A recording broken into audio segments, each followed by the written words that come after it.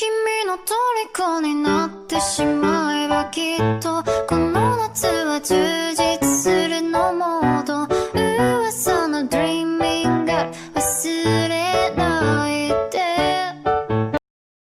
Yang pertama yaitu pengertian dan fisiologi cairan. Cairan tubuh adalah larutan yang terdiri dari air sebagai zat pelarut dan zat-zat tertentu sebagai zat terlarut.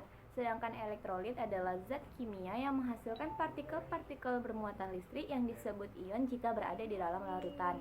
Cairan dan elektrolit masuk ke dalam tubuh melalui makanan, minuman, dan cairan intervena dan didistribusikan ke seluruh bagian tubuh. Keseimbangan cairan dan elektrolit berarti adanya distribusi normal antara air tubuh total dan elektrolit ke dalam seluruh bagian tubuh. Komposisi cairan dan elektrolit di dalam tubuh sudah diatur sedemikian rupa agar keseimbangan fungsi organ vital dapat dipertahankan. Keseimbangan cairan dan elektrolit saling bergantungan antara satu dengan yang lainnya. Apabila tidak dipertahankan, maka akan terjadi beberapa gangguan keseimbangan, baik itu cairan ataupun elektrolit dalam tubuh, yang dapat mengakibatkan overhidrasi, dehidrasi, hiponatremia, hipernatremia, hipokalatemia, hiperkalasmia, dan hipokalasemia.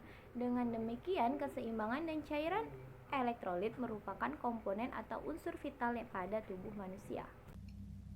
Distribusi cairan tubuh. Cairan tubuh terbagi menjadi dua kompartemen. Yang pertama itu cairan intraseluler dan cairan ekstraseluler. Yang pertama yaitu cairan intraseluler. Pada orang dewasa, sekitar 2/3 dari cairan di dalam tubuhnya terdapat cairan intraseluler. Sebaliknya, pada bayi, setengah dari berat badannya merupakan cairan intraseluler. Yang kedua yaitu cairan ekstraseluler. Jumlah relatif cairan ekstraseluler menurun ketika bertambahnya usia, yaitu 1/3 dari total orang dewasa. Nah, terdapat dua jenis bahan yang terkandung di dalam cairan tubuh, yaitu elektrolit dan non-elektrolit. Yang pertama adalah elektrolit, yaitu zat yang terdisosiasi di dalam cairan tubuh terbagi menjadi ion positif dan ion negatif. Yang kedua ada non-elektrolit, zat yang terkandung di dalamnya adalah glukosa, urea, kreatinin, bilirubin yang tidak terdisosiasi di dalam cairan tubuh. Keseimbangan cairan elektrolit. 1. Keseimbangan donan. Keseimbangan donan adalah merupakan antara cairan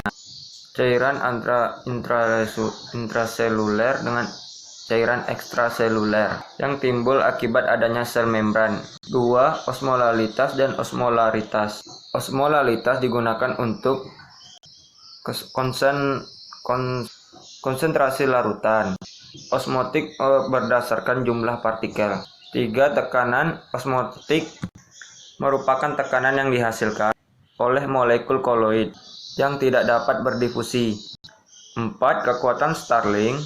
Kekuatan osmotik plasma kira-kira 25 mmHg, sedangkan tekanan darah 36 mmHg.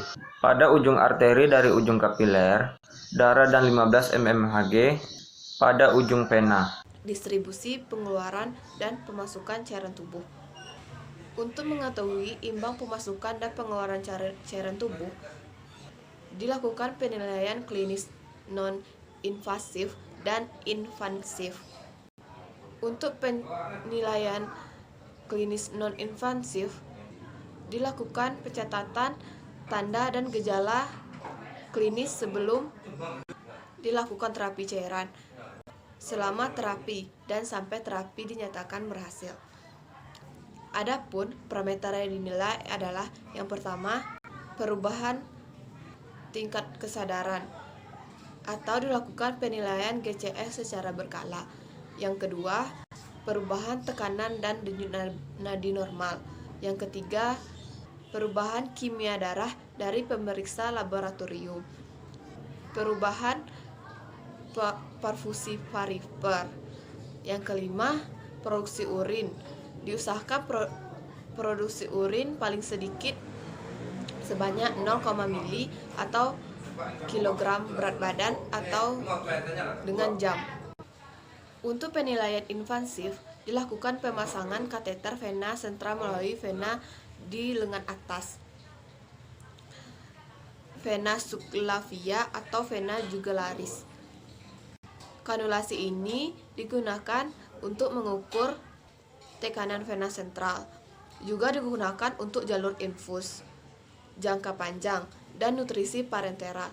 Apabila dilakukan kanulasi vena sentral, bisa digunakan sebagai panutan dalam program terapi cairan, terutama pada pasien kritis yang memerlukan terapi cairan. Gangguan keseimbangan cairan dalam tubuh. Tubuh manusia pada kelahiran mengandungi sekitar 75% berat cairan. Di usia 1 bulan, nilai ini menurun menjadi 65%. Pada saat dewasa, berat cairan dalam tubuh manusia bagi pria adalah 60% dan wanita pula sekitar 50%. Nilai normal ambilan cairan dewasa adalah sekitar 250 ml termasuk 300 ml hasil metabolisme tenaga substrat. Bentuk gangguan yang paling sering terjadi adalah kelebihan atau kekurangan cairan yang mengakibatkan perubahan volume. Yang pertama, dehidrasi. Dehidrasi merupakan suatu kondisi defisit air dalam tubuh akibat masukan yang kurang dan keluarnya berlebihan. Kondisi dehidrasi bisa terdiri dari 3 bentuk, yaitu yang pertama isotonik bila air hilang bersama garam. Yang kedua, hipotonik.